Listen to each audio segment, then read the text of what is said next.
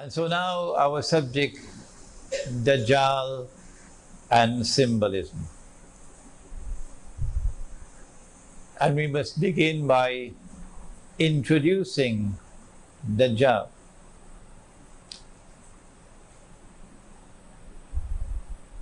Nabi Muhammad alayhi salatu wasalam spoke about the historical process culminating with a period of time which would be known as Akhir-ul-Zaman, or the last age. And that Akhir-ul-Zaman will precede the end of the world. The end of the world will come at that time, of course, when there is the destruction and transformation of the entire material universe.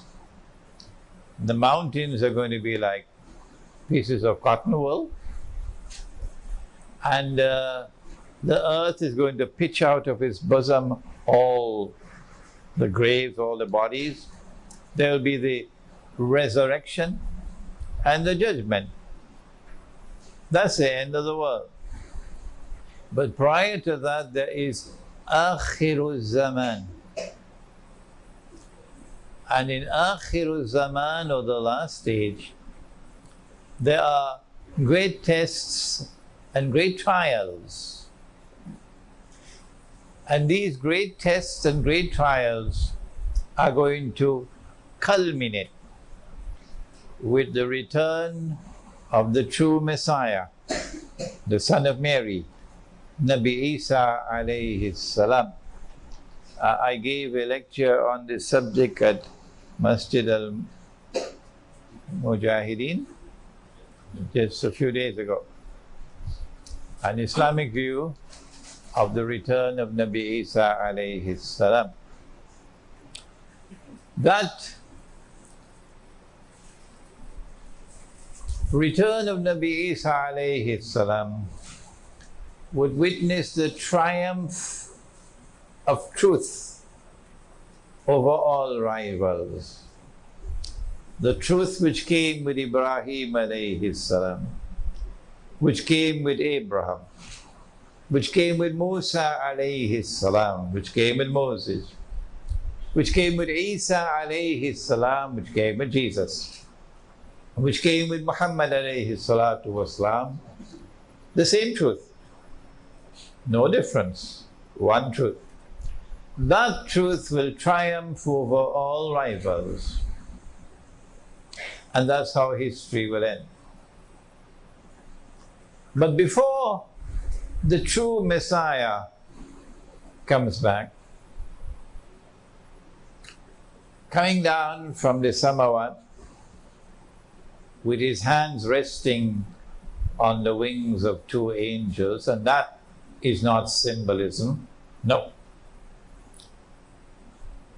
Before that happens, there is a supreme test for those to whom the Messiah was sent in the first place. Nabi Isa alayhi salam was not sent to all of mankind, no.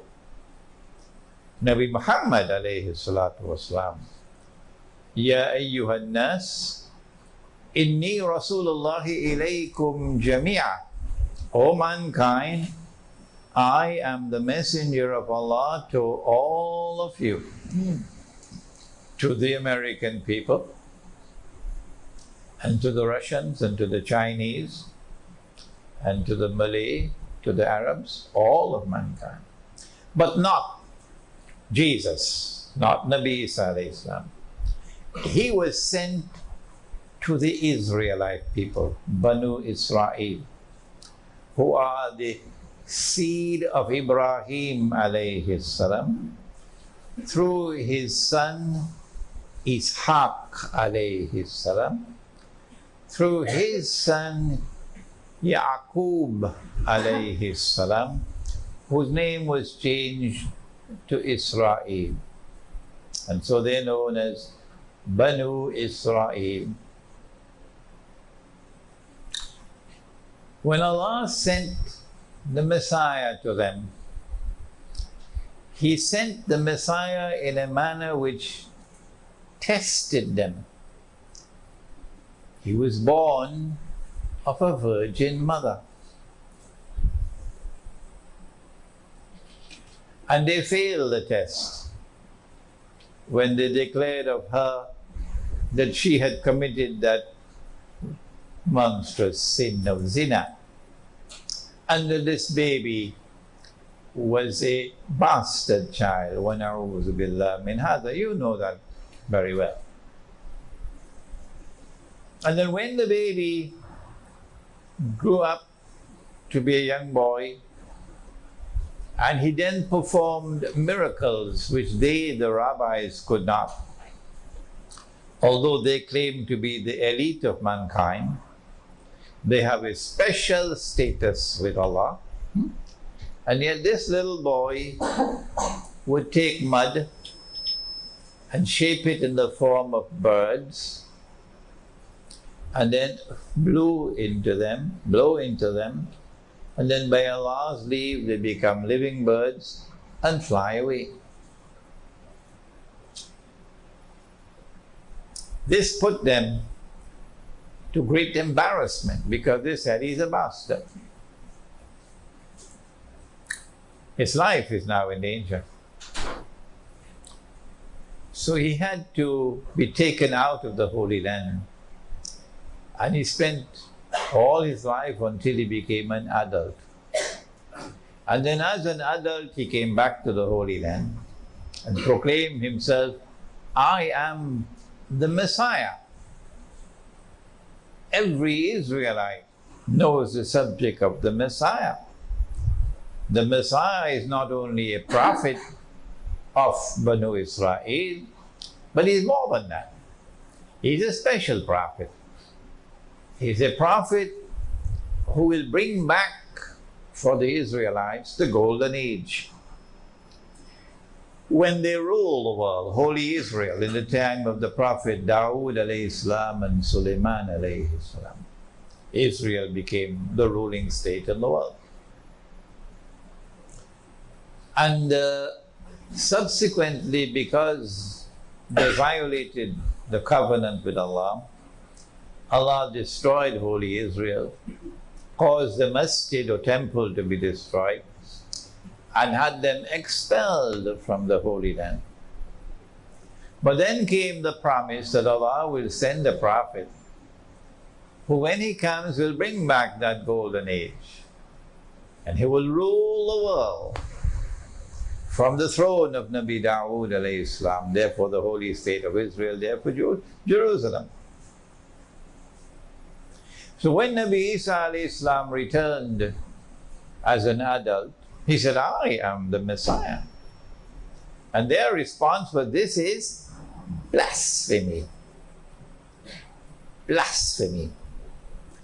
And they charged him in their court with blasphemy. And they ordered him to be executed. But they did not have control over the land, so they had to ask the Roman government. And they demanded execution by crucifixion. And then when they saw him die on the cross with their very eyes,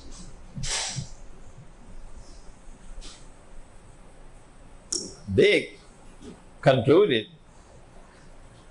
they were now convinced beyond the shadow of a doubt, he could not have been the Messiah. Why? He is dead.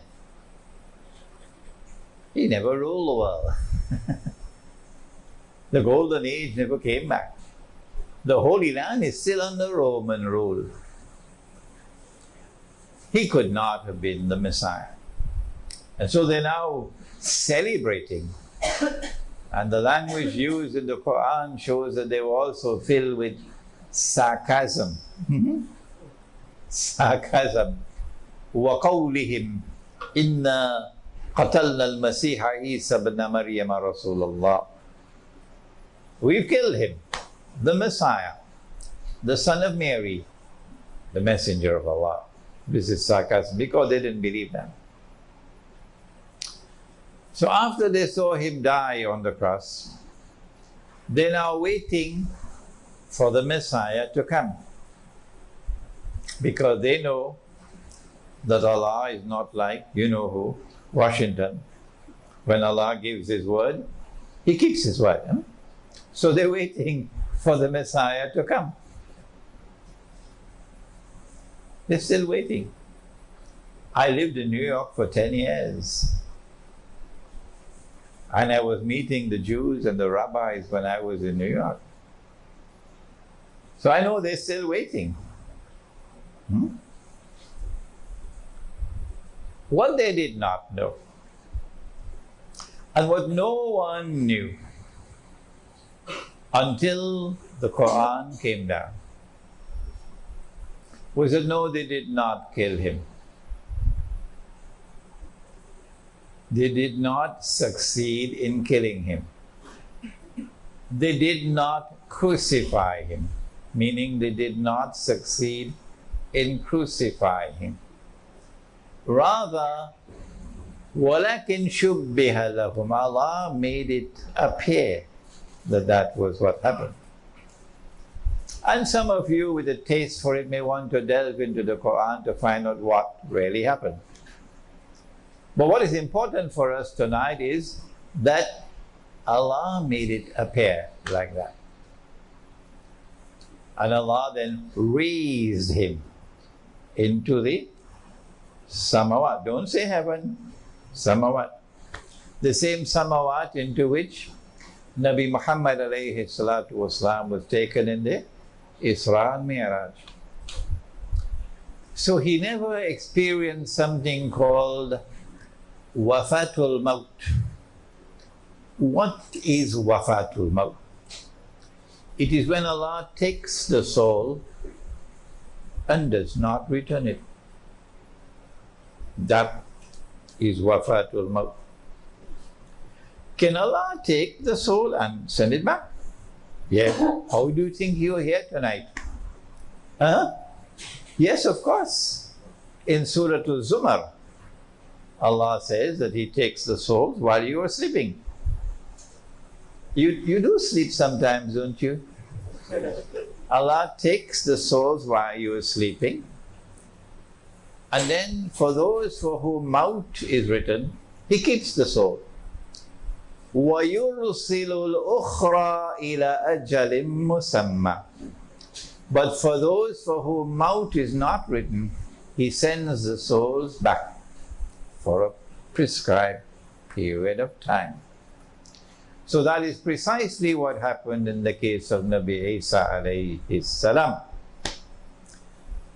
I totally and completely and absolutely reject the theory of substitution. That Allah, wa na'udhu billah min hadha, wa na'udhu billah min hadha, wa na'udhu billah min hadha,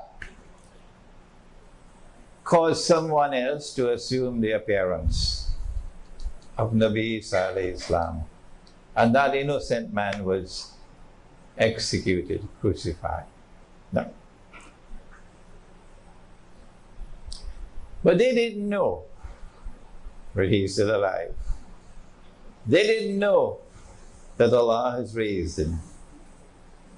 And so they're waiting for the Messiah to come.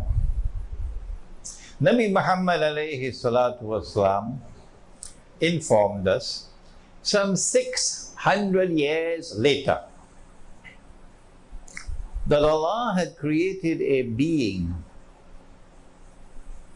and programmed that being to impersonate the Messiah, to pretend to be the Messiah, impersonate. And so he was called Al-Masih Dajjal.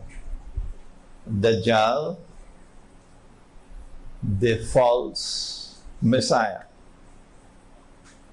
And when he comes, when Allah releases him, this is the mission that he will have to pursue. in Akhir-ul-Zaman to try to deceive the Israelite people, deceive the Jews into embracing him and accepting him as the Messiah. In order for him to do that, he'll have to rule the world. And of course, ruling the world does not mean ruling every square inch of KLCC. Ruling the world means establishing a rule which cannot be rivaled, cannot be successfully challenged by anyone else. That's ruling the world.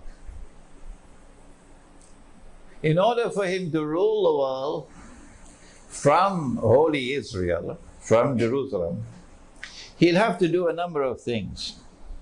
And I explained that 10 years ago in this book. Some of you may have already read the book. No. You already have the book at home, but you didn't get the time to read it as yet. Jerusalem in the Quran. It explains this subject. We have this book in Bahasa as well. In order for him to establish his rule over the world from Holy Israel, from Jerusalem, here's what he'll have to do. Number one, he'll have to liberate the Holy Land for the Jews. Because we Muslims, we have control of the Holy Land. He already did that in 1917. Number two, he'll have to bring the Jews back to the Holy Land to reclaim it as their own. 2,000 years after Allah had expelled them from the Holy Land and cut them up into bits and pieces and scattered them all over the world. وَقَطَعْنَاهُمْ فِي الْأَرْضِ أُمَمٍ. He's already done that. The Jews are back in the Holy Land. And they've reclaimed it as their own. While we were drinking teh tarik, eating roti canai. Number three, he will have to restore a state of Israel in the Holy Land. These are all logical deductions, so don't ask me, where's the hadith? Please. These are logical deductions. He will have to restore a state of Israel in the Holy Land and get the Jews to believe that this is Holy Israel, when in fact it would not. It would be an impostor. And number four, which is about to occur, it's around the corner. Number four, he will have to cause that that state of Israel to become the ruling state in the world, succeeding the United States and succeeding Britain, which had preceded the United States.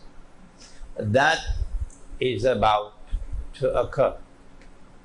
We are now located on the brink of a series of wars which will culminate with what the Prophet called Al-Malhama, the Great War. And that Great War will make the First World War and the Second World War look like peanuts. Because it's going to be nuclear war. And most of mankind are going to die. Only few will survive. That's the Malhama. So Israel won't have to rule over 6 billion people. Oh no, I mean, much less. A more manageable number of people will be on the face of the earth at that time. It is only when Israel succeeds the United States as the ruling state in the world. And of course, for that, you've got to bring down the US dollar. US dollar is about to collapse. Bring down the US economy. US economy is about to collapse. Bring down all the paper money in the world. It's bogus and fraudulent and utterly haram paper currencies. Bring it down. That's about to happen. And replace it with electronic or digital money, which will not be under the control of governments. No, banks. Banks are going to control electronic and digital money. And the banking system around the world is one system. You cannot be a bank in that system unless you conform to the rules of the system. And who controls the banking system in the world? The Zionists. And they're the ones who created the state of Israel. And so Israel is well placed. Israel will also have to wage great wars and also bring down the United States militarily. But in previous lectures I have suggested how that will happen. When Israel assumes the status of ruling state in the world, and Pax Judaica replaces Pax Americana, in the same way that Pax Americana replaced Pax Britannica, at that time, eventually a man will emerge in Jerusalem. He can come out of another place, but he will be in Jerusalem when he declares, I am the Messiah. He's ruling Jerusalem, ruling the world from Jerusalem. And Prophet Muhammad ﷺ described him to us. He said he'll be a young man. He will be a Jew, a young man, powerfully built, with curly hair. And now we know the curls is at the side of the hair. The Orthodox Jews wear their curls at the side of the hair.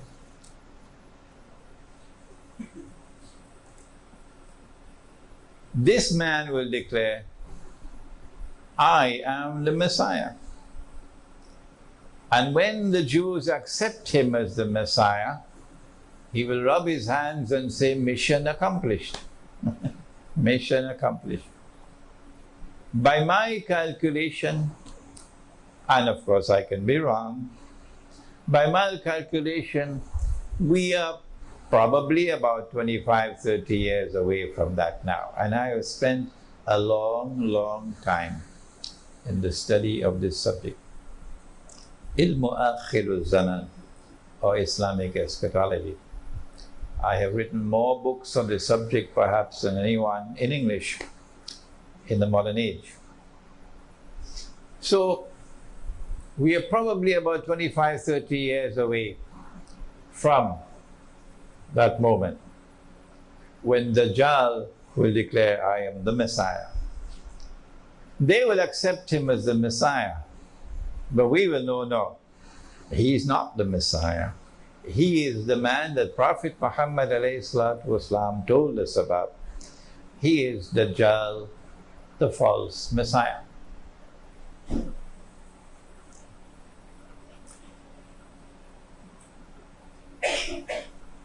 I now want to distinguish between two terms concerning Dajjal. One is his release, and the other is his khuruj. Nabi Muhammad ﷺ is in Medina, and Tamim ad-Dari comes to him and tells him about an event which occurred. And the Prophet ﷺ then narrates that event. And so we have the story from the lips of the Prophet ﷺ. When I analyze it, I come to the conclusion, this is my opinion, and let me give a warning, do not ever accept my opinion unless you are convinced that it is correct. Show respect for your own rational faculty. Study the subject. before you accept my opinion. My opinion is that this was not an actual event, but rather a vision. And I can explain to you in the question and answer session why I came to that conclusion. Tamim Dari said that he and some of his companions were on board a ship. And a storm came and blew the ship for a whole month until they came to an island. When they got off the ship, came on shore on the island, they were confronted by a very hairy beast or creature. So much hair you could not tell which side was head and which side was tail. And the creature spoke and said, I am just a spy. In Surah Al-Hujurat, wala tajassasu, do not spy. So this is an island located about a month's journey by sea from the Arab world.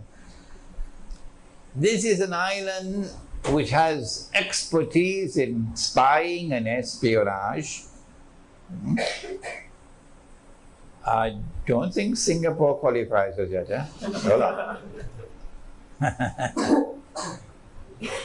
And then Jassasa said to them, there's someone waiting for you over there at that monastery which is lying in ruins. And so in this island, religion is going to crumble. It'll eventually be an island of atheists. So they hurried to the monastery, which was lying in ruins. And there they saw this man in chains. His hands were chained to his neck, and his feet were chained together. And the man asked them many questions, and then declared that I am Dajjal. And when I am released, I will enter every town and every city. I will enter every town and every city, but he didn't mention Kampung. No, he didn't mention Kampung. Kampung means, of course, village. And I am here in an urban village here tonight. Yes. So, up to that moment in Medina, Dajjal was still in chains. This must have been perhaps in the 2nd or 3rd year after the Hijrah. Up to this moment, Dajjal is still in chains. He has not as yet been released. But sometime later, Nabi Muhammad alayhi salatu wasalam suspected a Jewish boy to be Dajjal, because Dajjal is going to be a Jew and he could be a young man. And the Prophet alayhi salatu wasalam went to question the boy. The boy was rather impertinent in his answers. And Umar radiallahu ta'ala anhu got angry. He said, "O Messenger of Allah, give me permission. I cut off his head." "No," said the Prophet alayhi salatu wasalam.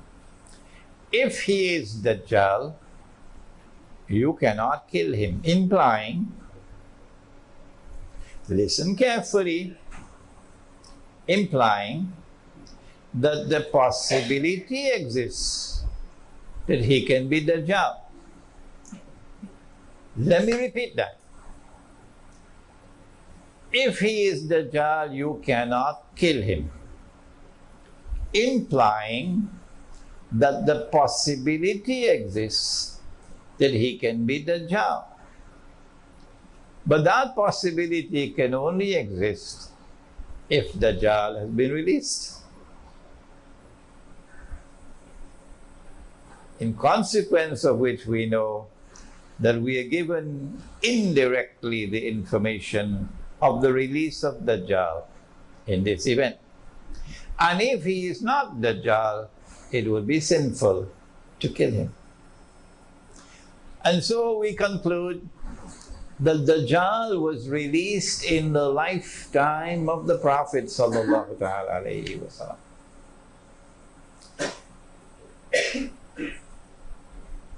But the khuruj of Dajjal is something else.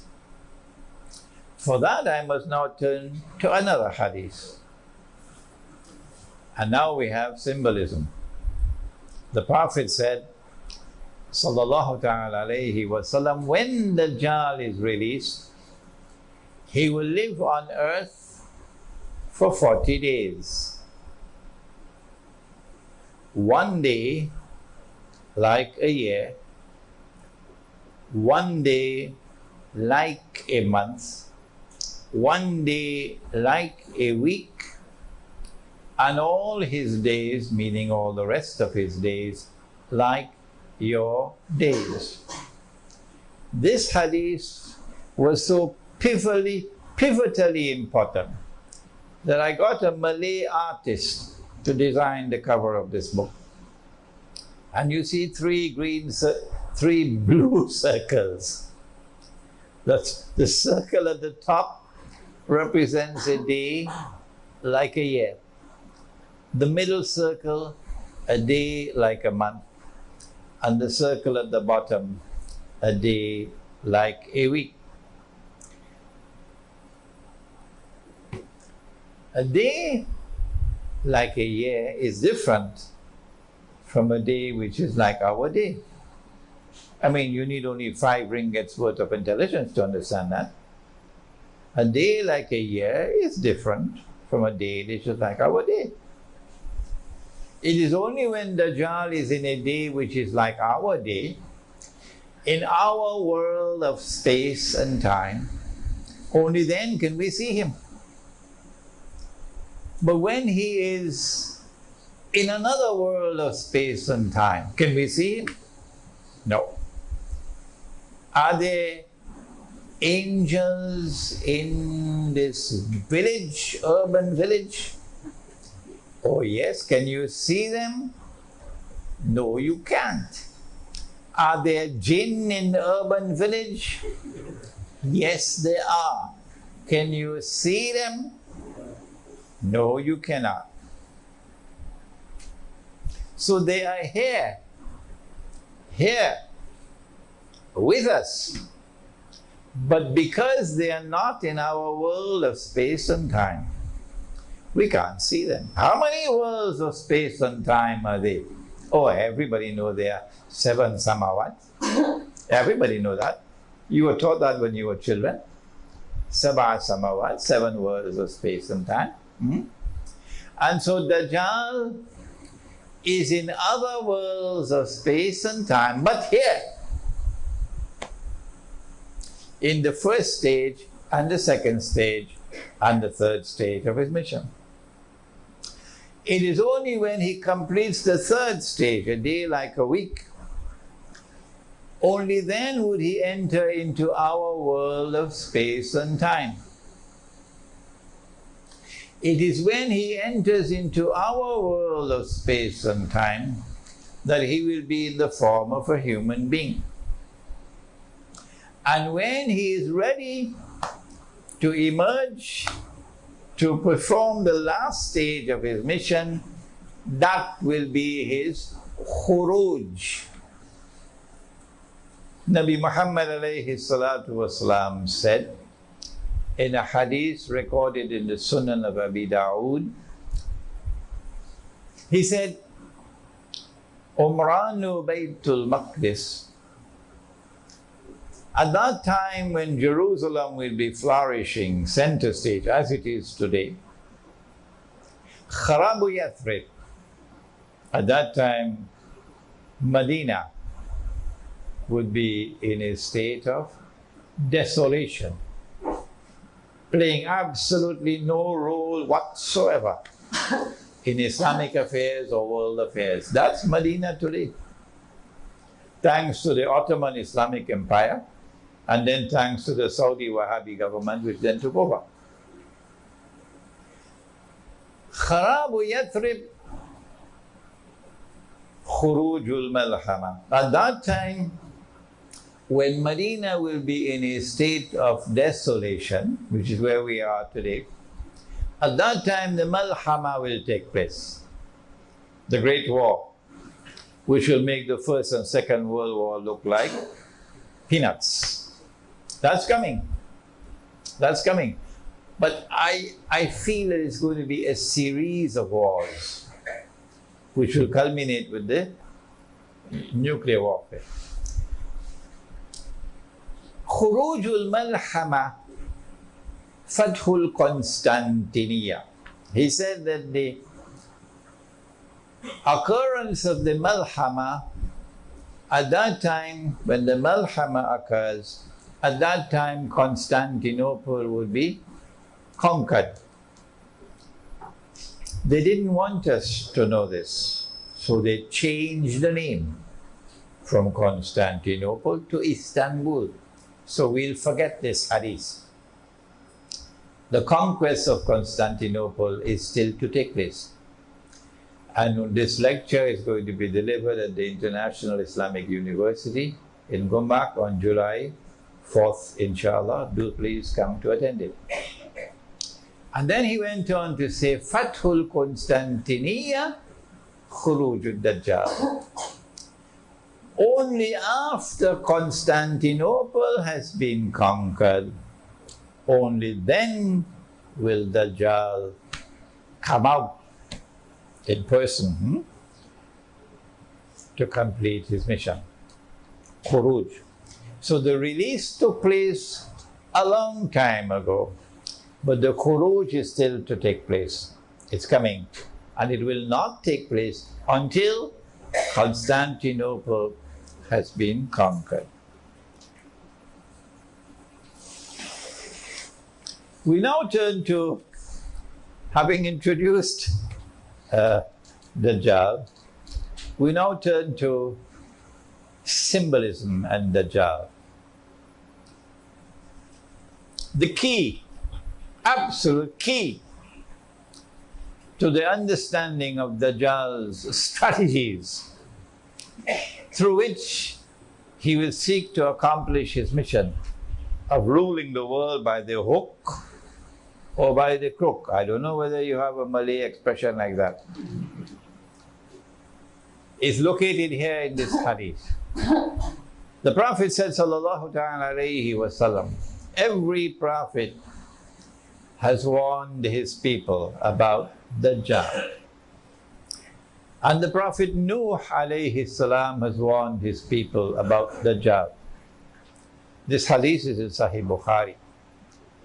But I say to you something which no one has ever said before me. Dajjal sees with one eye, his left eye. The artist is already at work, eh? What can I do with that left eye, eh?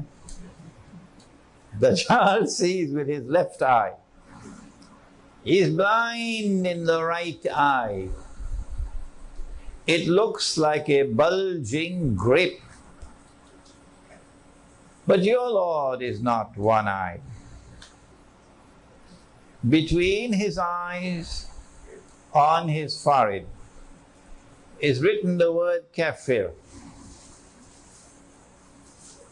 And every mu'min will be able to read the word kafir. Whether that mu'min is literate or illiterate, katib or ghayru katib, whether he can read and write or he cannot read and write, he'll still be able to read the word kafir. We have interpreted this hadith and its symbolism countless times. But since most of you have never had any experience of a direct contact with me before, your only contact with me has been a place called YouTube. I'm going to have to repeat it one more time. Why is it that Ali radiallahu ta'ala anhu can read kafir, but Abu Jahl cannot read kafir? Is there something wrong with Abu Jahl's eyes that he cannot read? The kafir? Let us send him to the eye specialist. The eye specialist examines his eyes and reports that he has perfect vision. 20/20 they call it. Any eye specialist present here? We have a few doctors here, but no eye specialist. Okay. Well then how come? If his eyes are perfect, why can't he see? Why is it that Ali can see, radiallahu ta'ala anhu, but Abu Jahl can't see? Is it that Ali is not seeing with these eyes? Could it be that we have other eyes besides these eyes? The modern universities would say, what rubbish is that? Huh? Oxford and Cambridge and Yale and Harvard and Stanford and Sorbonne, and that's nonsense. These are the only eyes we have. This is the only medium through which we can acquire knowledge of external objects. This is the only means through which we can perceive, our eyes. Besides these eyes, we have no other eyes. And so besides this avenue of knowledge, we have no other. This is called, a branch of knowledge is called epistemology. Don't be scared, it's a long word, but never mind. It's the branch of knowledge which studies knowledge. And this is the Western epistemology. That these are the only eyes that we have. But the Quran says that in addition to these eyes, the heart can see. And so the Quran has a different epistemology. The heart can see.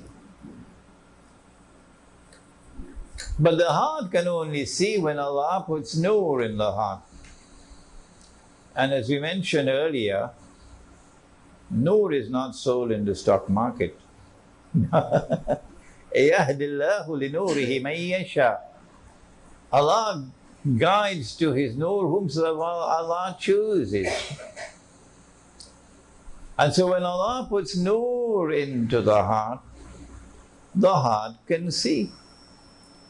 And when there is no nur in the heart, listen to the language of the Quran. It is very harsh. Allah says, they have eyes and yet they don't see. They have ears and yet they don't hear. They have hearts and yet they don't understand. أُولَٰئِكَ كَالْأَنْعَامِ. They're just like cattle. That's harsh language. بَلْ هُمْ أَضَلُّ. Rather, they're worse than cattle. They're more misguided than cattle. A people who have eyes and yet cannot see. And so now we can conclude, at least I conclude, you will have to make up your mind, that when Dajjal sees with his left eye, Dajjal is seeing with external sight. And when Dajjal is blind in the right eye, the blind right eye symbolizes internal blindness. This is my interpretation. You do not have to accept it.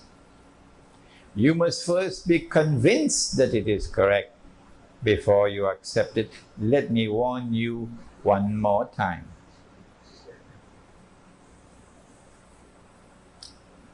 And so now we are face to face with the beginning of the world of symbolism in Dajjal. Those who follow Dajjal will be internally blind. There are lots of cattle in the world today, I can tell you that. There are lots of cattle in the world today, I can tell you that. And as we proceed with this lecture, you'll get the evidence of it. Dajjal's one eye represents epistemology. The left eye is external sight. The blind right eye is his internal blindness. Those who have eyes with which to see, because they have nur in their hearts, would be able to recognize kafir written on the forehead of Dajjal. But when Dajjal appears in human form in 20-25 years from now, and he is in Jerusalem, and he declares, I am the Messiah, and you go close to him and look, would you see kafir written on his forehead? No. So those who belong to something called Protestant Islam, you know, they hold on to the literal interpretation of everything, will go closer, get a torchlight, shine the light on his forehead. Go check to see if there's any dust on his forehead. Wipe it. No, I'm not seeing kafir written on your forehead. You are not Dajjal. No. Secondly, you are not Dajjal because you have two eyes. You have two eyes. I am not laughing and you are not laughing in order to ridicule that Protestant Islam. No. What we're trying to do is to deliver a message again and again and again and again and again, to try to wake them up that your methodology is deficient, your methodology is wrong.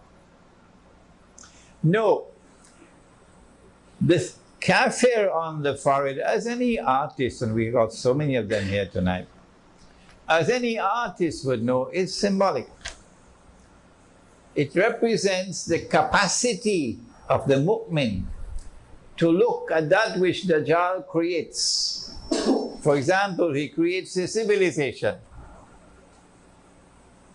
And the civilization comes to be known as modern Western civilization.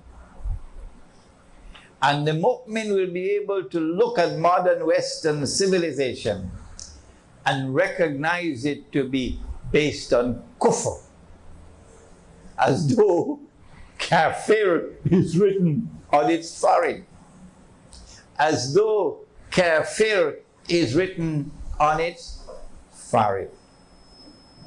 Let us now turn to a second hadith of symbolism. And the artists tonight are going to enjoy this. They're going to have a field day. Dajjal comes with two things: a river and a fire. Dajjal comes with two things: a river and a fire. But his river is a fire, and his fire is the cool waters of a river. Whosoever falls in his river will have his load of sins increased, and whosoever falls in his fire would have his load of sins decreased. In other words, the river symbolizes Jannah, the fire symbolizes Jahannam. The river symbolizes the road to a life of plenty, to a life of ease, to a life of leisure. And the fire symbolizes a life of hardship, of suffering. So Dajjal takes the road to heaven, the road to joy and happiness and peace and pleasure, and he makes it look like the road to hell. That's not easy to do. You gotta have a PhD in deception to do that. Yeah, not easy. He takes the road to heaven and he makes it look like the road to hell. And he takes the road to hell and he makes it look like the road to heaven. And so everybody wants a US visa. There are some who will sell their mother to get a US visa, or a Canadian visa, or a visa for Sweden, or for Britain, or for Europe, or for Australia, or for New Zealand. That is the land of milk and honey. That is where I can get a job and make plenty money. Those are the lands of progress. Those are the lands of success. And all the cattle of the world ahead for what looks like heaven itself. I was giving a lecture in a place called Pompano Beach in Florida. And some of them in Pompano Beach might even listen to this lecture tonight. And in my lecture, I was saying to them, and they're all Palestinians in Pompano Beach, I was saying to them that your children, your grandchildren are at risk because they can be eating bacon and eggs for breakfast, lahmul khinzir, and drinking wine with lunch. And my audience started to laugh. And I said to myself, what is this? This is no funny thing. What's wrong with these people? Why are they laughing? When the lecture was over, I asked the Imam, a very nice man, the Imam, Imam, why were they laughing? I'm saying to them, this is the age of your children and your grandchildren. I said they were laughing because it's already happening. Yes. Dajjal's river is already a fire. And when they realize it, and they want to get out to save their children, to save their wives from this godlessness. My son is showing signs of wanting to be a homosexual. I can't tolerate that. Let me get out of this land. So then the father addresses his family and says, we are leaving. And the mother says, you can go. I'm staying. And the children said, you know, in America they say, Dad, you can go back to Palestine. We're staying here. That's it. You lost them. Dajjal has deceived you. What looked like his river was his fire. Now, who wants to go back to Pakistan when you can live in downtown Long Island? You can live in Manhattan and enjoy a good life. Who wants to go back to Pakistan? Who wants to go back to Egypt? Who wants to go back to Bangladesh? Who wants to go back to Indonesia? It looks like the fire over there. That's the road to hell. Nobody wants to go on the road to hell. And yet, that's the road to heaven. The reason why Somalia is where Somalia is today is because the Somali people love Islam. Yes. The reason why Kashmir has suffered so much more than others is because the Kashmiri people love Islam. That is why Kashmir is suffering. We have a Kashmiri here tonight with us. And so this is symbolism. Dajjal's river and his fire. Nowhere has Dajjal succeeded more in deceiving with his river than in the feminist revolution. He has brainwashed the world of women so thoroughly that he has succeeded in bringing into being a feminist revolution. And this feminist revolution is taking the world of women into the hellfire. And yet they are convinced that this is progress. This is the best age that we've ever had. There's been more progress for women in this age than ever before in history. That is the ultimate deception of Dajjal. We now turn to another symbol, and I'm only touching the mountaintops. You're going to have to do the rest of the research on each one of these symbols. There's an entire lecture of mine on it, an Islamic view of the modern feminist revolution, Dajjal's modern feminist revolution. Dajjal will have a mountain of bread.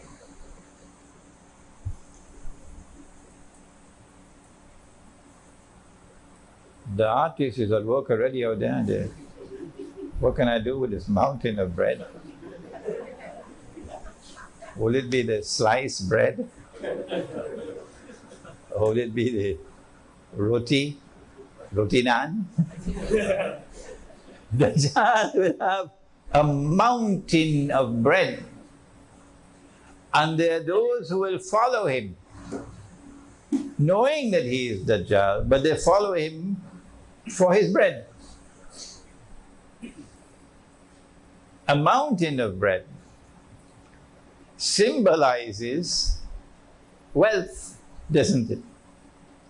So he's going to accumulate such an enormous amount of wealth that large numbers of people are going to follow him just for his wealth.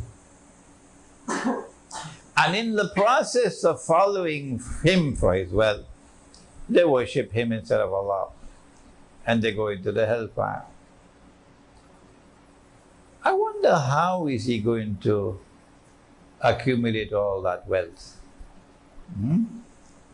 The Prophet said, sallallahu ta'ala alayhi wa sallam, that the age of Dajjal would be the age of kathratul riba,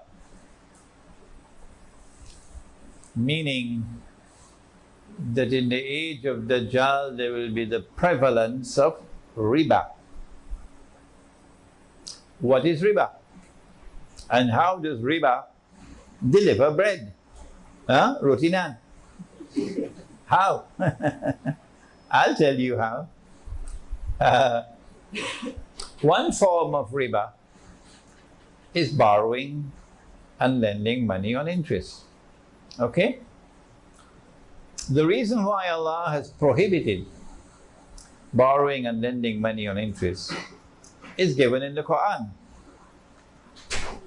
وَأَحَلَّ اللَّهُ الْبَيْعَ وَحَرَّمَ الرِّبَى.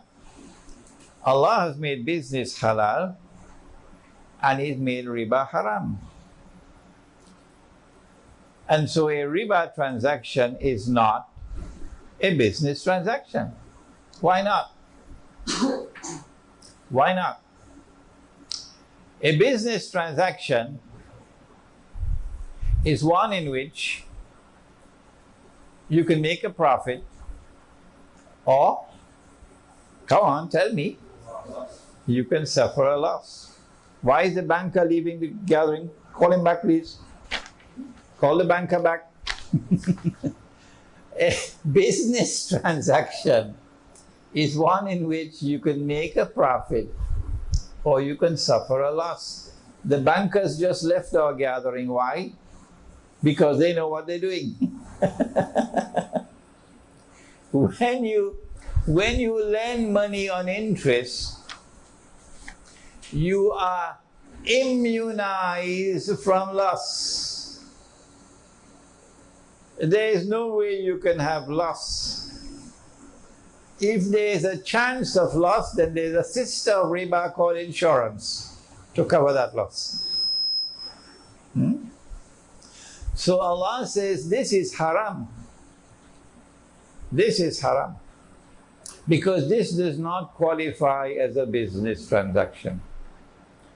If you can only make profits and never suffer loss, then you're going to grow richer and richer and richer and richer. And the rest of the people are going to grow poorer and poorer and poorer and poorer.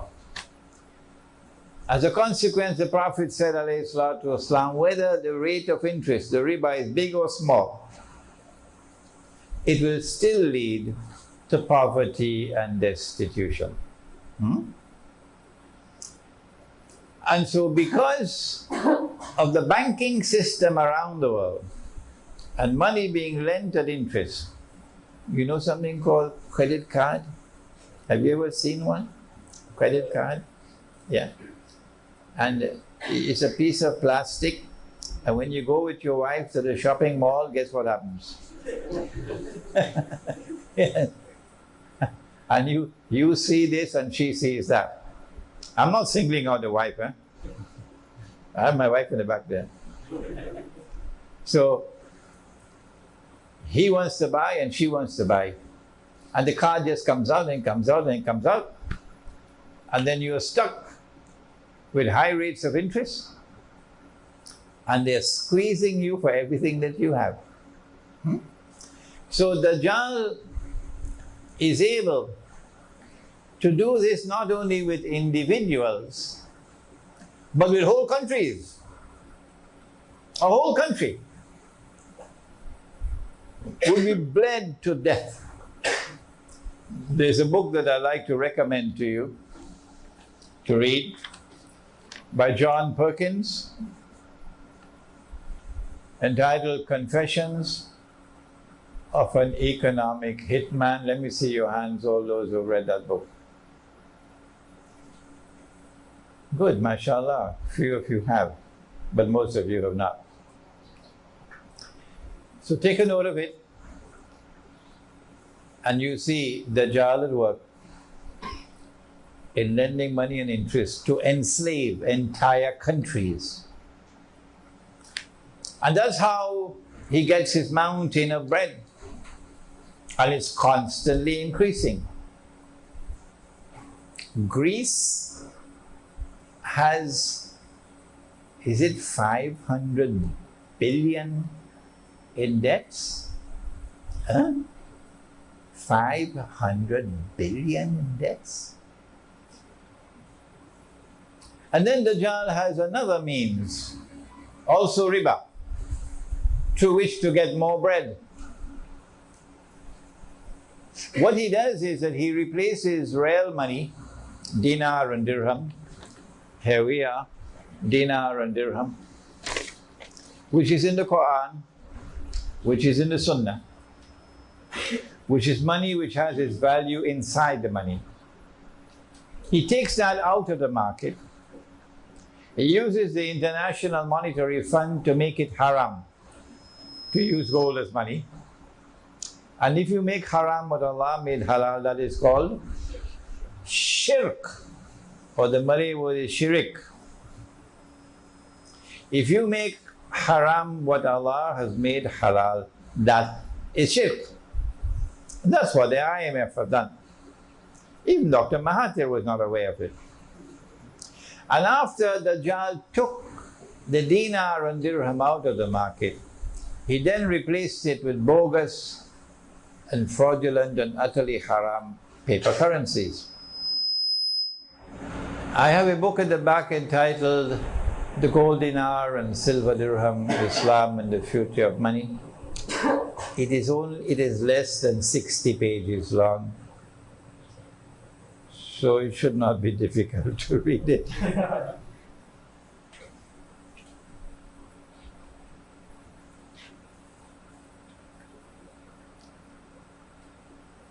Those who follow Dajjal, you know, the one that looks like the river, everybody wants a US visa. All that they have to do is to get a printing press and get paper and get ink, and they can print as much money as they want. And they can use that money to buy anything in the world they want to buy, free of charge. If there's anyone who wants to challenge me on that statement, I'll be delighted to take the challenge, because I've studied my subject. I know what I'm talking about. It's free. You just have to print the paper. So that's a lot of bread, eh? And they're printing the paper like mad now. The banks are in problems, so they give this bank 7 billion. And they give that bank 10 billion. Huh? But when we print paper, have you seen our paper so far? It's the ringgit and the Indonesian rupiah and the Bangladeshi taka and the Pakistani rupee and the Egyptian pound and the Turkish lira. When we print our paper, we have the same printing press, the same paper, the same ink, because we buy it from them, you know. But when we print our paper, and sometimes we don't have to print it ourselves, we pay them to print it for us. Authentic stuff, eh? And they print it for us and they send it to us. But when we take this paper to Manhattan, we cannot buy even a cup of coffee with it. Huh? Not even kopio. It makes us look like a bunch of donkeys. The Dajjal has given us a monetary system which is unjust and is ripping us off. And so his mountain of bread is constantly increasing. Who is to be blamed for this? Answer: the one-eyed people who have eyes and yet cannot see. Amongst them, who have the greatest blame of all? Answer: the scholars of Islam. The scholars of Islam have failed miserably, colossally. And that is why we are in the mess in which we are now. And because I speak these words, there are so many masajid, they don't want Imran Hosein.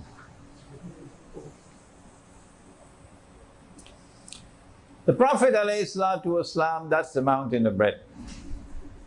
The Prophet ﷺ had a vision.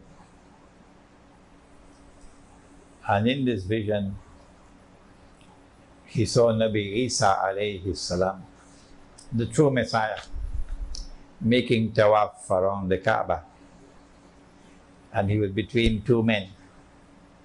And he described Nabi Isa alayhi salam with his hair, long hair, as though water is dripping from the hair. And then, after a while, he saw another man making tawaf around the Kaaba. And he also had two men beside him, imitating the true Messiah. But he was Dajjal.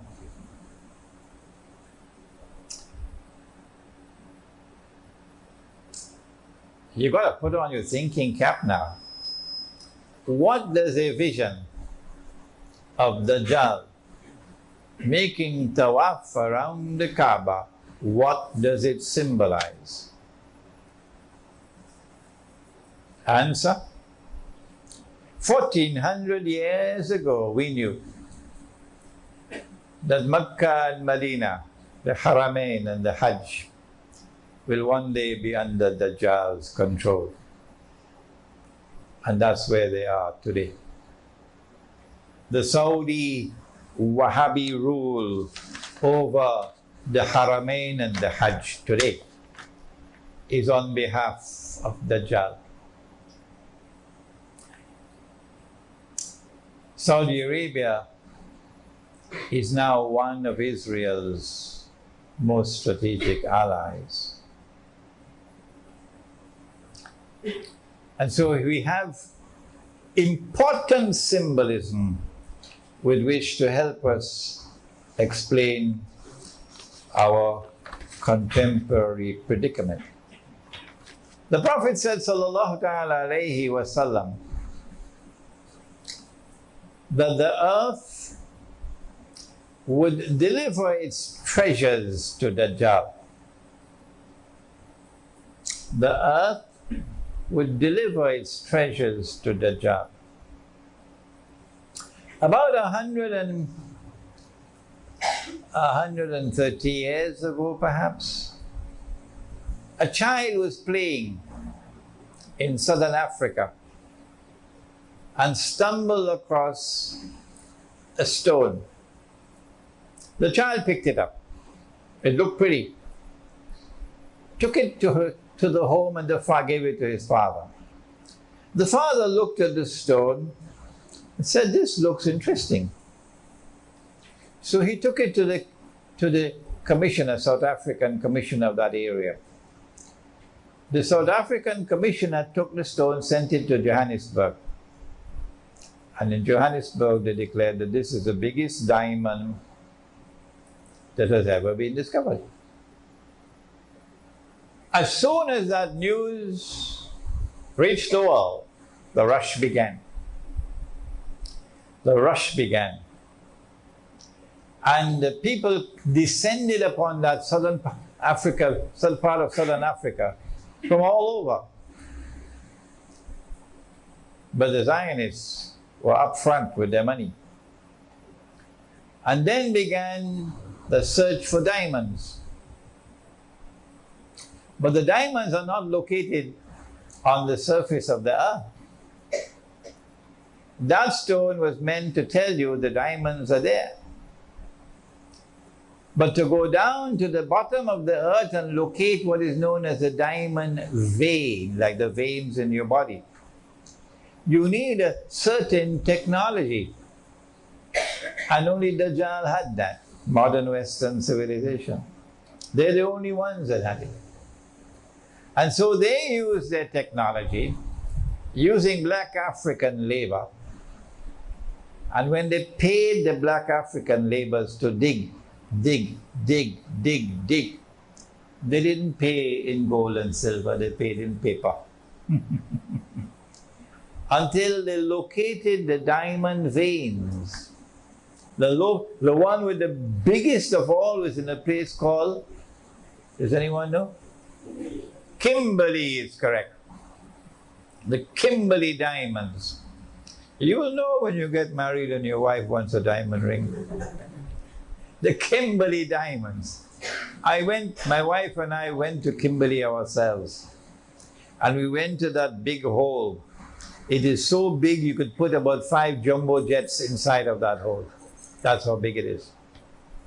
And at the side of the hole there were wheelbarrows. 5 wheelbarrows. And these wheelbarrows were filled with plastic nuggets to indicate to us the quantity of diamonds that came out. Those diamonds, thanks to a man named John Cecil Rhodes, who was backed by money from the Rothschilds in Europe, those diamonds made their way very safely to the Zionists in Europe. And they then sold them, cut them, polished them, sold them, and made a huge fortune, a mountain of bread. And it was that with that money that they were able to finance both sides of the First World War. And the First World War gave them the Holy Land. But there is a hadith, it's not only diamond, it's also gold. Wherever in the world gold was discovered, they're there to take control of that gold. But there's something else that came out of the earth, more important than diamonds, more important than gold. The Prophet said, sallallahu ta'ala alayhi wa sallam, that the river Euphrates is in Iraq, isn't it? The river Euphrates will uncover a mountain of gold. That's symbolism.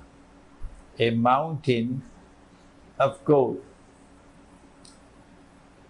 And people will fight over it.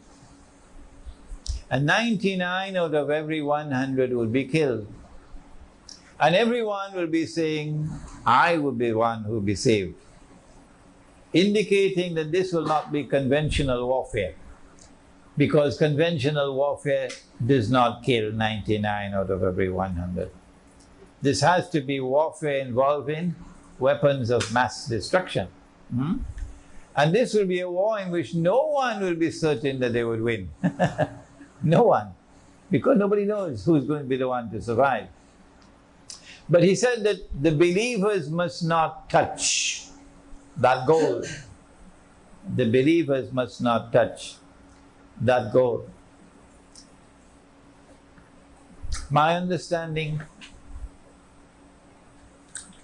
is that this is symbolism. And no mountain of gold is going to come out of the river. But rather that the mountain of gold has already come from underneath the river, meaning that entire basin in which the mouth of the river Euphrates is located.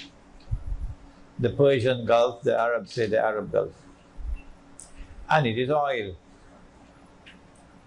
It is oil. It is sometimes called black gold.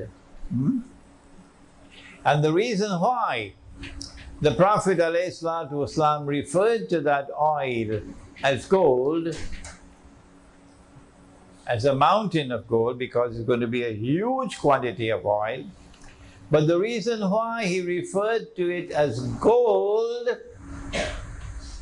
is because gold's primary function is that of money. And the oil is symbolized with gold because the oil is going to function as money.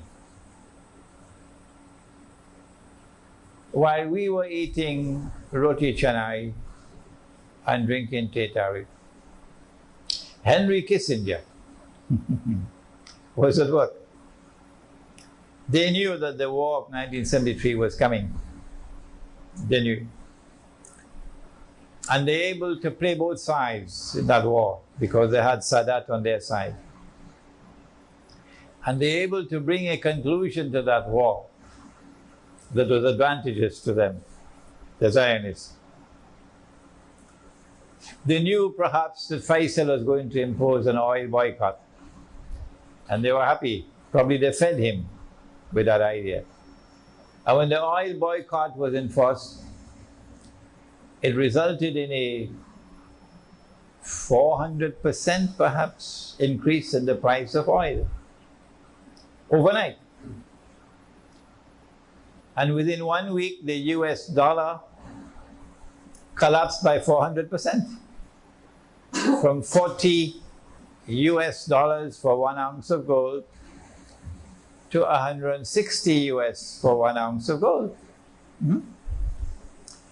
And so the Arabs opened their eyes. My gosh, our oil revenue has just increased by 400% because of the oil boycott.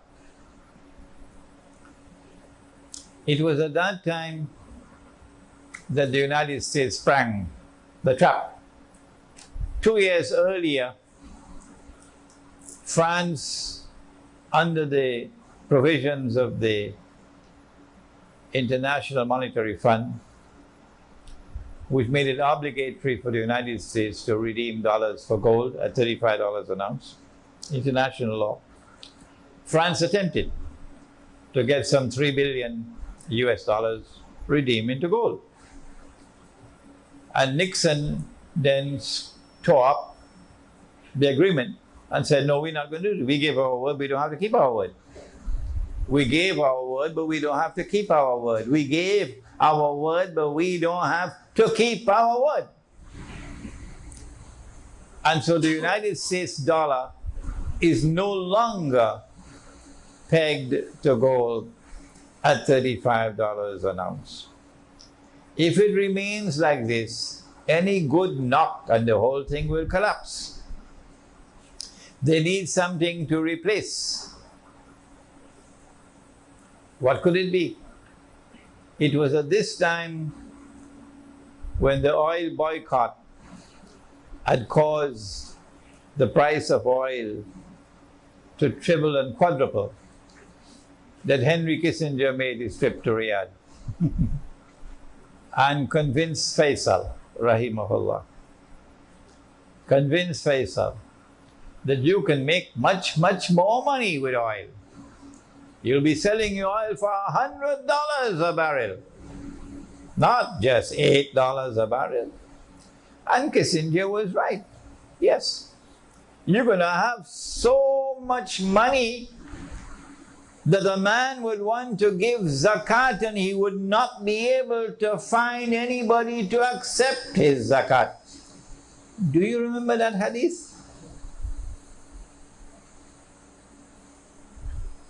All that you have to do, King Faisal, all that you have to do is to sell your oil for US dollars. That's all. Sell your oil for US dollars, that's all. And get all the other Arab oil producing countries to do the same. And then get OPEC to adopt this position. And it succeeded. The Arabs now got a windfall with dollars flowing into their pockets, huge amounts of money.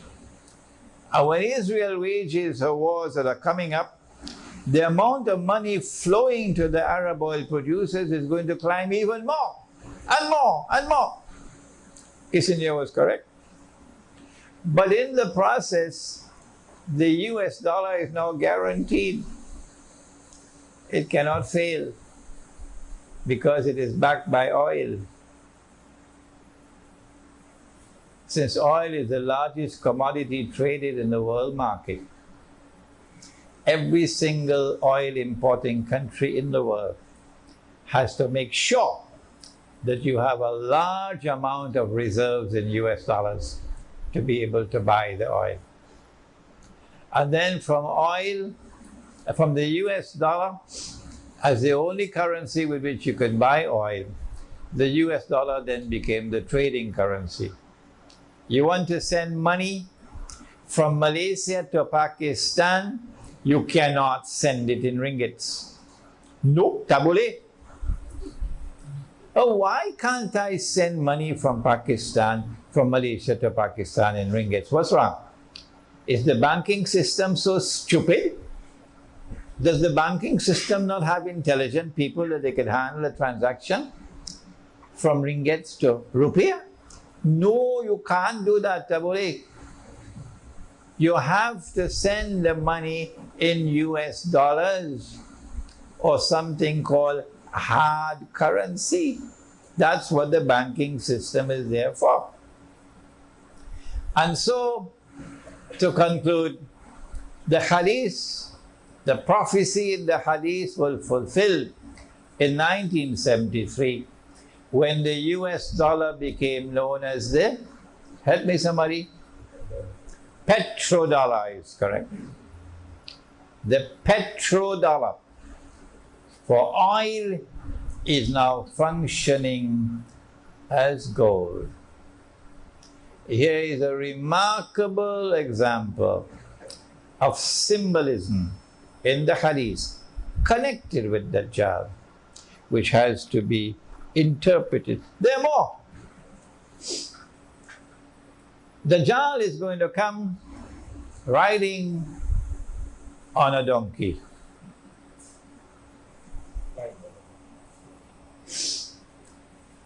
The donkey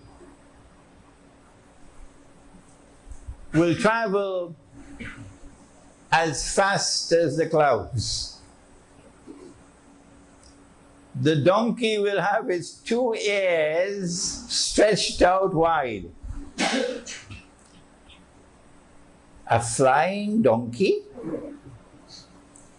with its ears stretched out wide? Now, I think our artists over here tonight are going to have a field day with this symbolism. A flying donkey with its ears stretched out wide. I hope you don't get a problem with your government, eh? A flying donkey with his ears stretched out wide. Dajjal is going to come flying on that donkey. I have interpreted the donkey to be already here. Yes. Whenever I come to Malaysia, I have to travel on that donkey. Yeah. I have to travel on that donkey every time I come to Malaysia. You can't get a ship anymore. No, they've stopped them. They're only cruise liners now, and you have to spend thousands of dollars. Only the rich travel by ship now. The rest of us, we have to use the flying donkey. And so, Dajjal controls the sky. Because the flying donkey is not just the passenger aircraft. The flying donkey is also the fighter aircraft. The flying donkey is also cruise missiles and so on. And so Dajjal controls the sky. When war takes place, he quickly takes control of the sky. And once he controls the sky, it's only a matter of time. You can continue to wage guerrilla warfare as they're doing in Afghanistan, but you cannot knock out Dajjal once he controls the sky. Dajjal is going to jump between the samawat and the earth, the skies and the earth, jumping up and down. You've got to be a very tall man to do that.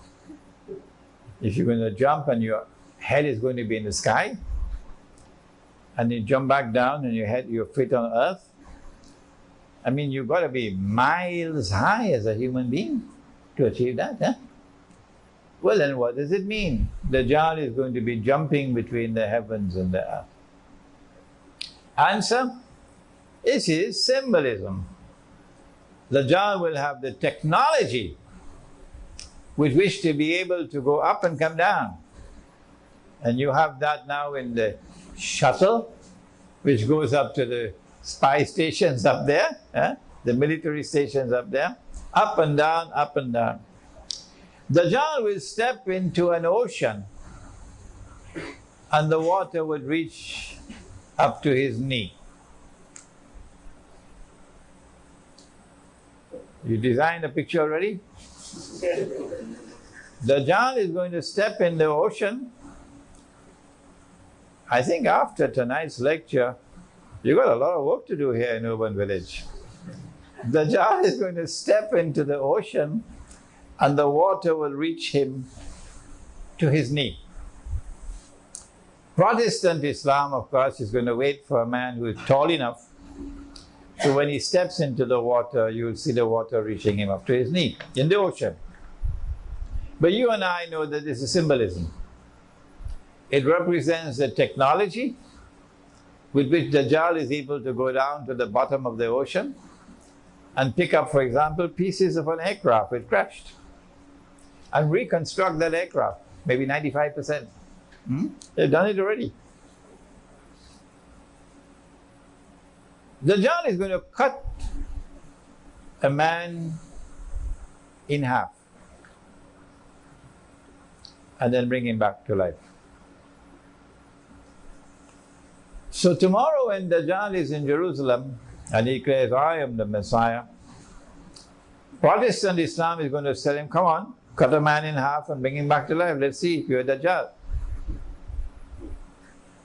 We say, no, this is symbolism. Dajjal is already doing that. Cutting a man in half and bringing him back to life represents the advancement, the spectacular advance that's been taking place in surgery. In surgery. Bypass operations, cutting him in half and then bringing him back to life. Spectacular advances in the surgery. At the end of the day,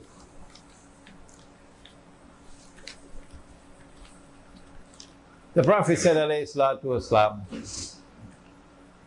Dajjal is going to attack Medina. He's going to land outside of Medina on a marshy, salty land. And when that happens, every kafir and every munafiq, disbeliever and hypocrite in Medina will be sent out or would leave to join Dajjal, or pitched out of Medina to join Dajjal.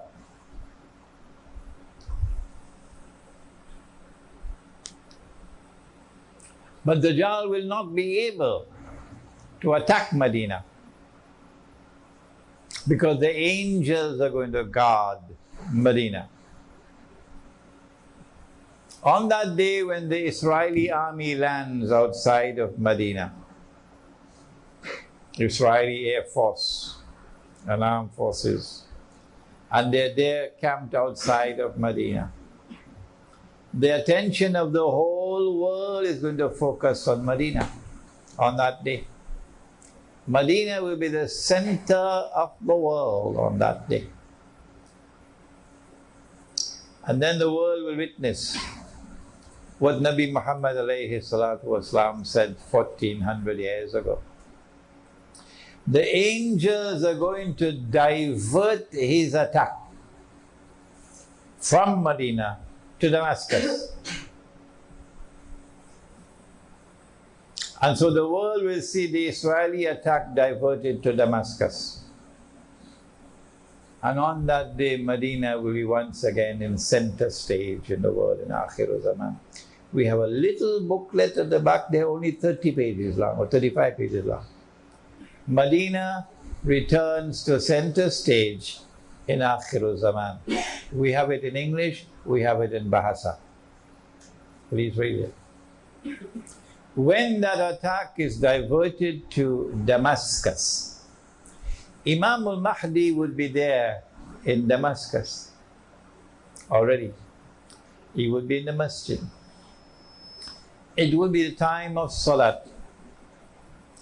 The masjid will have gates around it, barricading it, indicating a state of great insecurity, anarchy, great violence.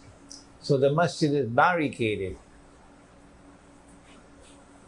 And as the people are about to perform the salat, perhaps Salatul Fajr,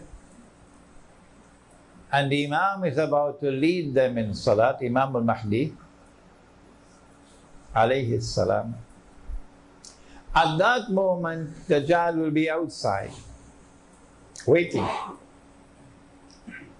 The Prophet said that he'll be followed by 70,000 Jews from Isfahan wearing their Persian shawls.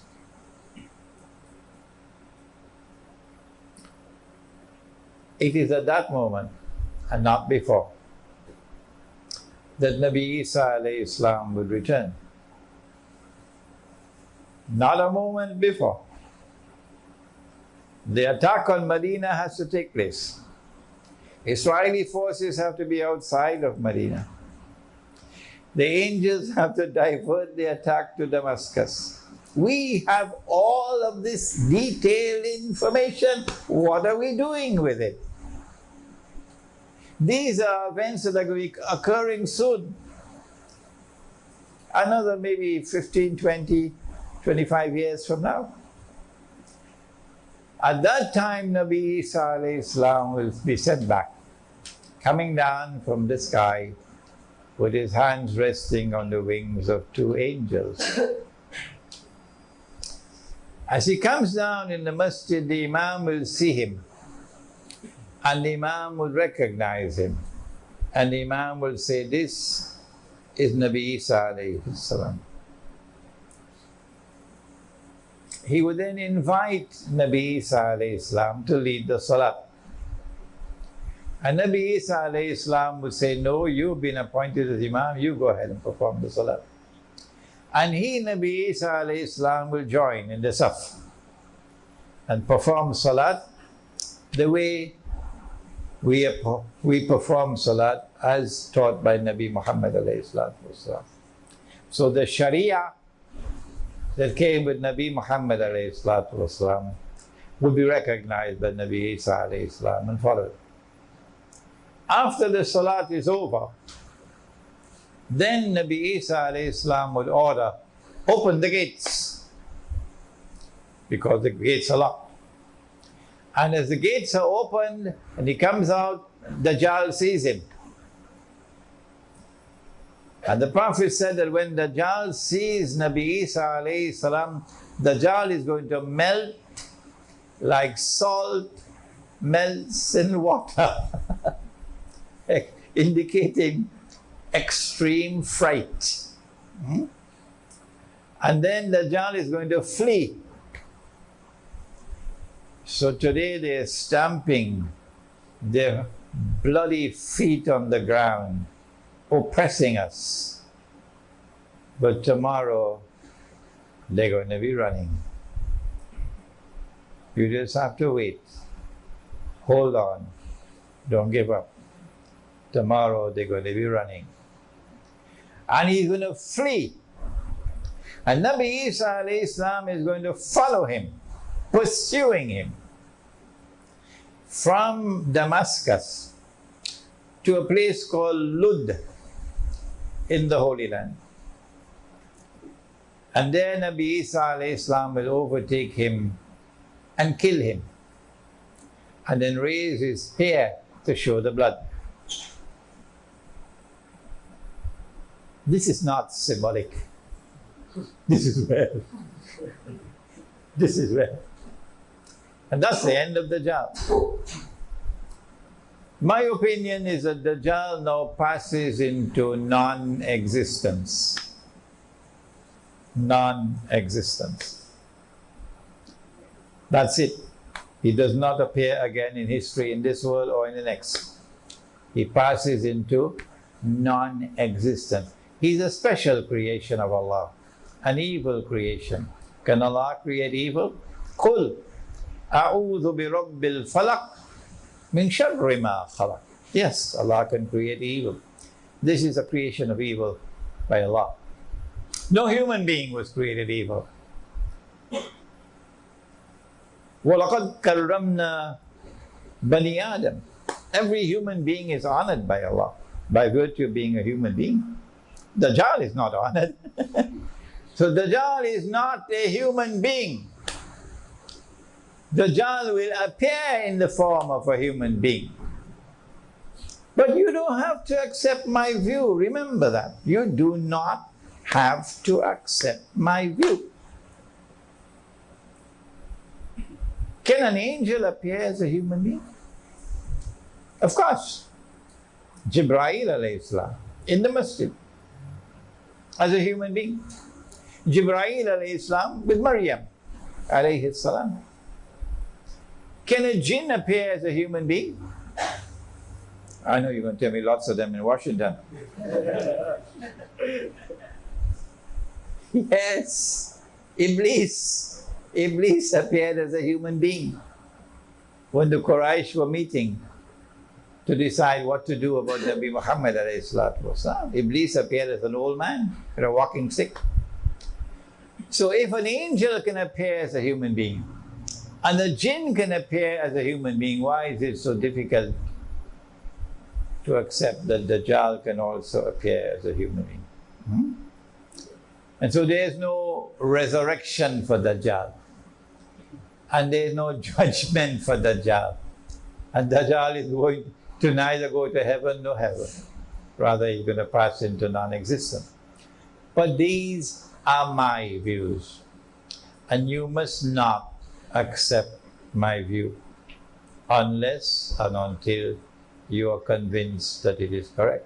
You must listen to those who are critical of me. And there are lots of them out there who are critical of me. Listen to them. I ask you to listen to them. But they say, don't listen to Imran Hosein. We pray that Allah subhanahu wa ta'ala may bless those whose appetite has now been whet, that you may study the subject of Dajjal. For the Prophet said, alayhi salatu wasalam, that the greatest tests and trials that mankind will experience from the time of Adam alayhi salam to the last day will be the tests and trials of Dajjal. There is a chapter of this book, Surah Al-Kahf in the Modern Age, entitled The Quran and Time. The chapter itself is long, about 60-something pages. But this chapter of the Quran explains to you the link between the samawat and the earth and Dajjal. ربنا تقبل منا إنك أنت السميع العليم وتب علينا يا مولانا إنك أنت التواب الرحيم برحمتك يا أرحم الراحمين آمين. Before we proceed, the subject of riba, the mountain of bread, is of critical importance. And you are lucky here in Kuala Lumpur because we've had 2 international conferences on riba here in Kuala Lumpur in 2010 and again July of last year at PWTC. And there's a 3rd conference which is now planned for late November of this year. I am supposed to speak on Islam, the petrodollar and beyond in that conference. There are flyers at the back for those of you who are interested in attending that conference. Okay? Any more questions? You have stressed the importance of walking on the path of Khidr alayhi salam, and hence of Islamic spirituality, to penetrate the subject of Dajjal. Correct? In Surah Al-Kahf, verse number 63, Allah subhanahu wa ta'ala has reminded us of the effort of shaitan to cause us to be deviated from that path. Can you elucidate how can we protect ourselves from being deviated by shaitan? And how can we differentiate between the irradiation of the light of inspiration from Allah and inspiration from shaitan? It is sometimes difficult. Sometimes difficult. It's not just shaitan, it is also Dajjal, both of them. How can we explain?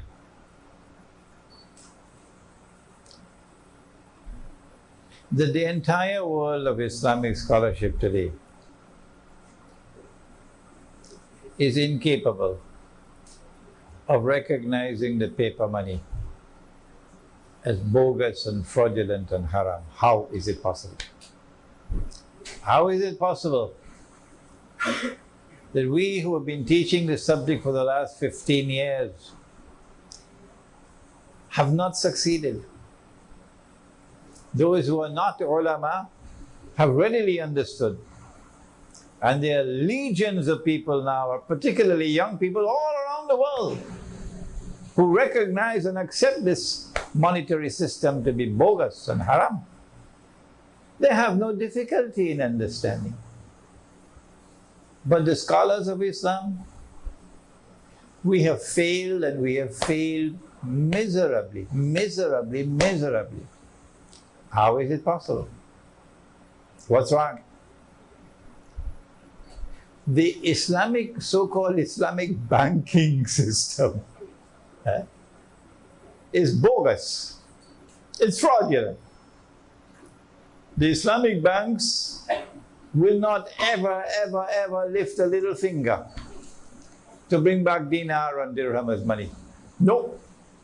Ever heard an Islamic bank championing the cause of dinar and dirham? Not at all. Islamic banks are lending money on interest. Islamic banks are lending money on interest and disguising it as a sale.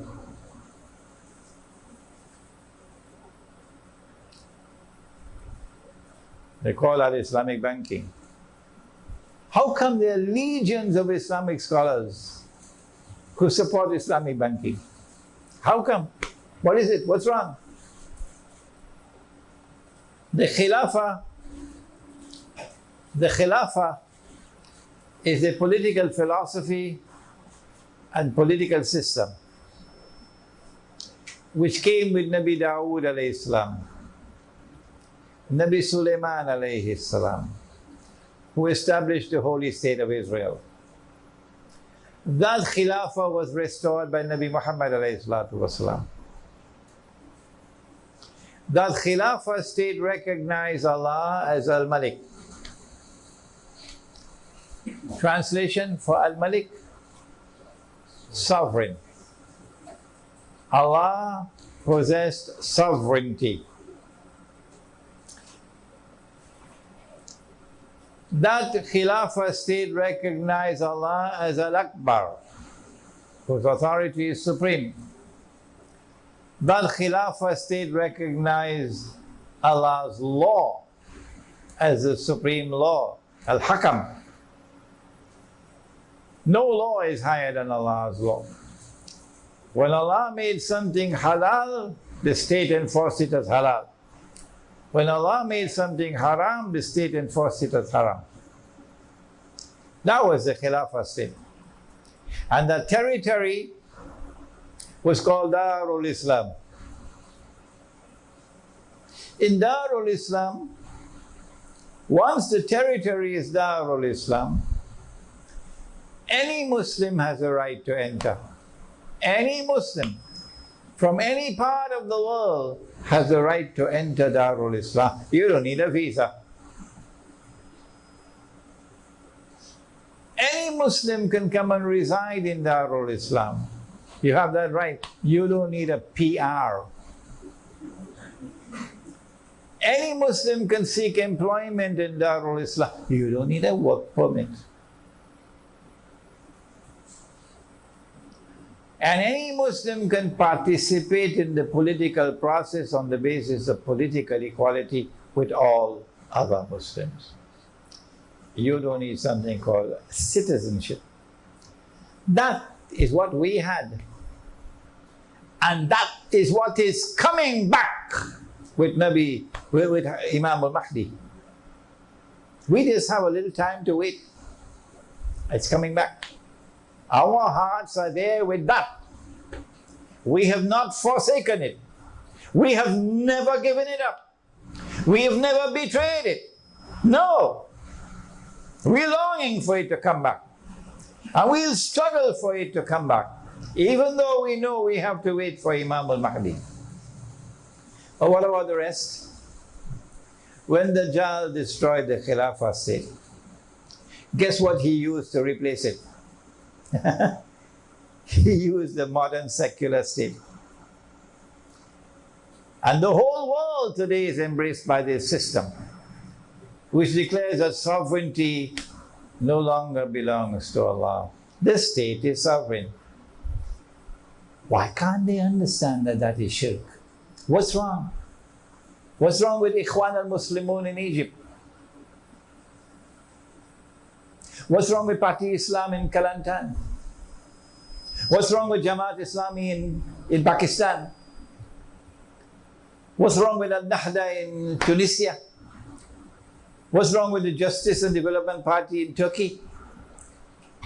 What's wrong with the world of Islamic scholarship? Why can they not understand that this is shirk? Allah is no longer Al-Akbar. His authority is no longer supreme. No, the Charter of the United Nations Organization says that the authority of the Security Council of the United Nations is supreme in the world in all matters pertaining to international peace and security. Allah is no longer Al-Akbar. That's shirk. The modern secular state says Allah's law is not the supreme law anymore. The supreme law is the law of the state. Allah can make it halal, we can make it haram.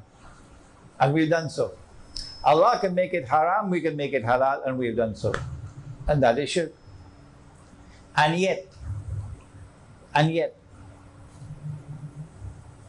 the Islamic movements register themselves as political parties under the secular constitution and fight elections man to man with everybody else. Vote for me. Hoping to win the elections. And when you win the elections, by some abracadabra mystical system, you'll be able to transform this into something called an Islamic state. I never heard of an Islamic state in my life, and I'm 70 years of age. I don't know what's an Islamic state.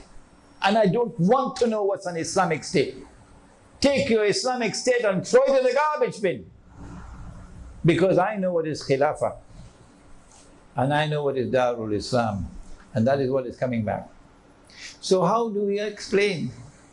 Why is it that they can't see?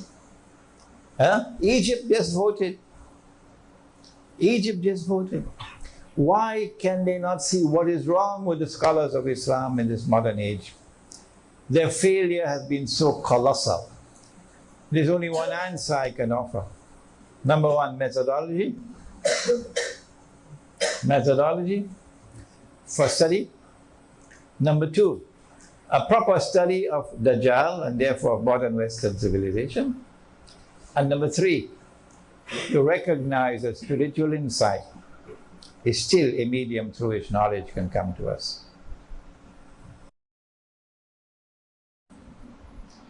Are you saying that we are not allowed to go to a hospital? No, I'm not saying that. I go to the hospital. But I'm saying to you, be careful. You know, he had a heart attack. And they rushed him by ambulance to the hospital. And when they examined him, they decided they had to operate right away. Bypass. And they did triple bypass. And as a consequence of that operation, he's alive today. If we had not taken him to that hospital, and if he had not had the benefit of that operation, he would have been dead. That is the rubbish. That is the nonsense that you must care about. Because when you reach there, you're worshipping Dajjal. Be careful. Because life and death is no longer in Allah's hands now. Life and death is now in the hands of the hospital and the doctor and the life support machine. Don't turn it off. If you turn it off, he's going to die. But so long as it's on, the hospital making more and more money, what to do? If I turn it off, he's going to die. Did you hear that? If I turn it off, he's going to die. So life and death is now in that machine. Life and death is no longer with Allah. It is this stupidness. It is this stupidness that you have to be guarding against. I don't say don't go to the hospital, no. But do not, in the process, commit the shirk of believing that life and death is in the hands of a doctor, or life and death in the hands of some medicine, life and death in the hands of some hospital or some operation. Life and death are in Allah's hands.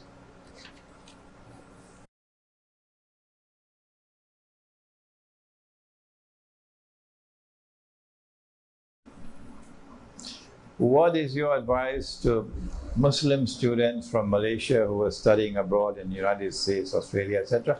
Make hijrah, come back home before it's too late. Make hijrah, come back home before it's too late. If you cannot read history, I can. Oh yes. And I know what's coming up.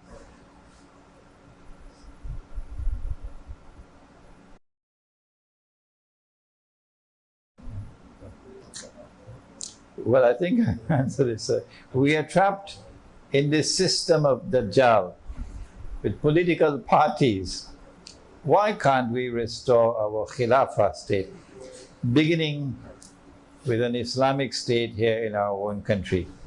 Use the Dajjal system to beat his system. No, you can't use haram to bring halal. No, this is not the Sunnah. The Prophet ﷺ did not insert himself in the pagan system of Mecca to try to bring Islam. No, he preached Islam in its purity and offered Islam as an alternative to what Mecca had to offer. Mecca tried to bribe him. Mecca offered him wealth. Mecca offered to make him king. Mecca offered him the most beautiful girl in the whole land. If only you would compromise with our system, live and let live.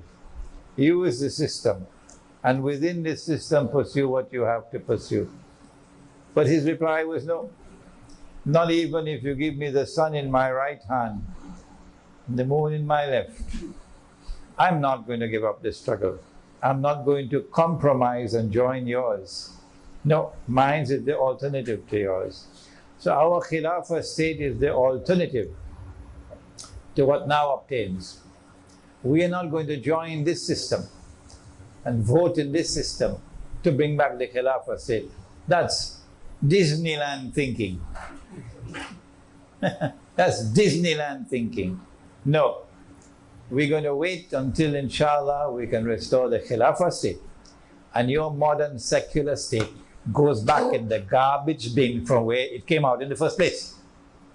Is that all now?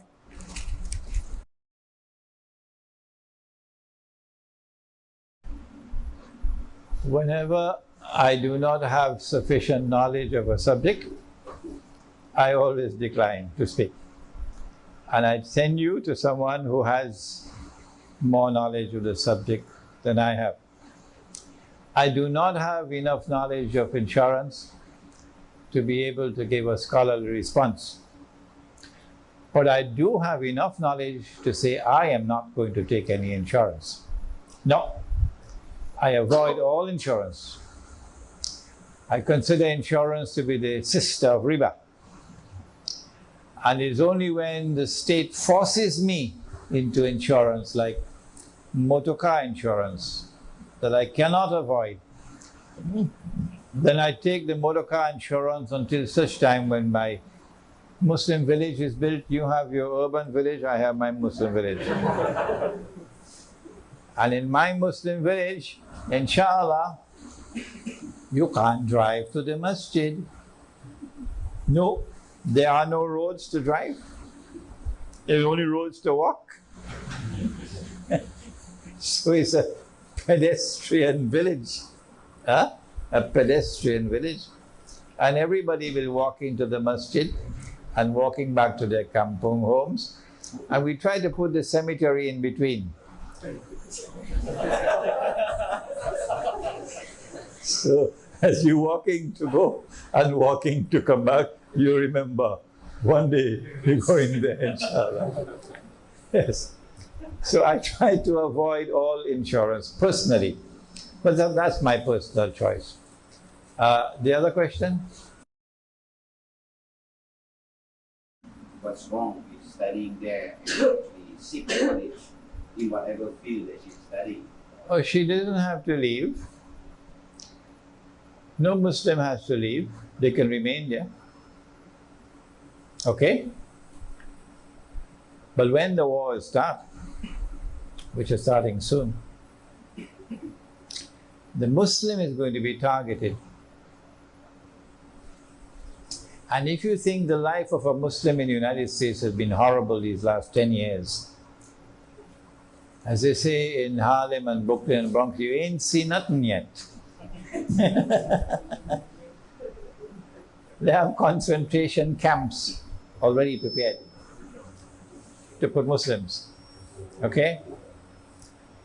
You want to get out of the United States, you cannot. You want your daughter to come back here, she cannot. Why? No fly list. No what? No fly list. Your name there, you can't. Come on. You can't. She's trapped there. When the US dollar collapses, the economy will collapse.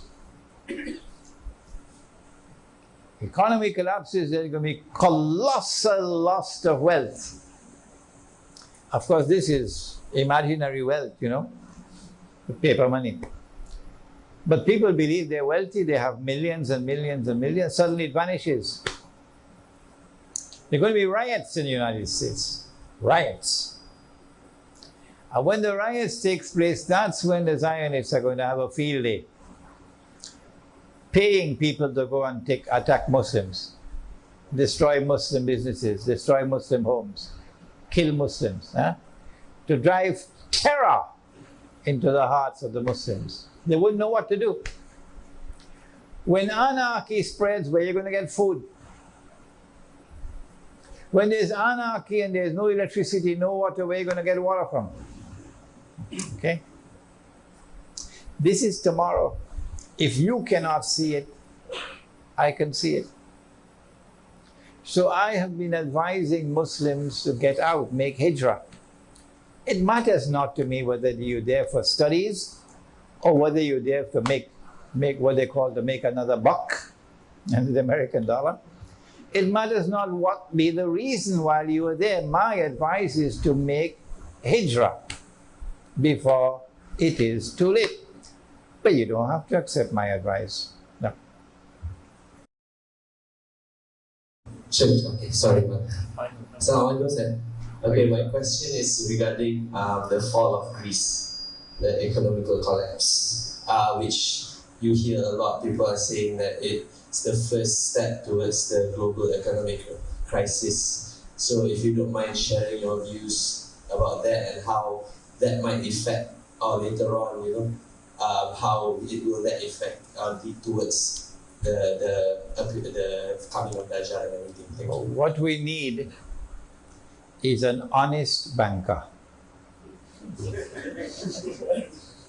If we can get an honest banker, a man of integrity and knowledge, who knows what the banks have done to put Greece in the condition in which Greece is today, okay? Then he will be able to spill the beans. In the last RIBA conference that we had at PWTC, a former banker, senior banker, came and spoke to us.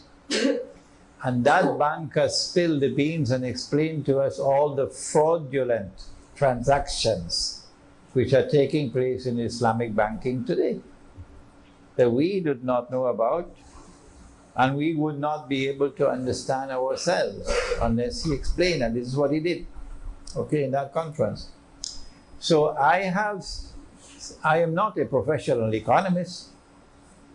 I have done studies in international monetary economics at 2 universities, but I am not focusing my attention on the subject of how the banking system is operating to trap and to destroy a country.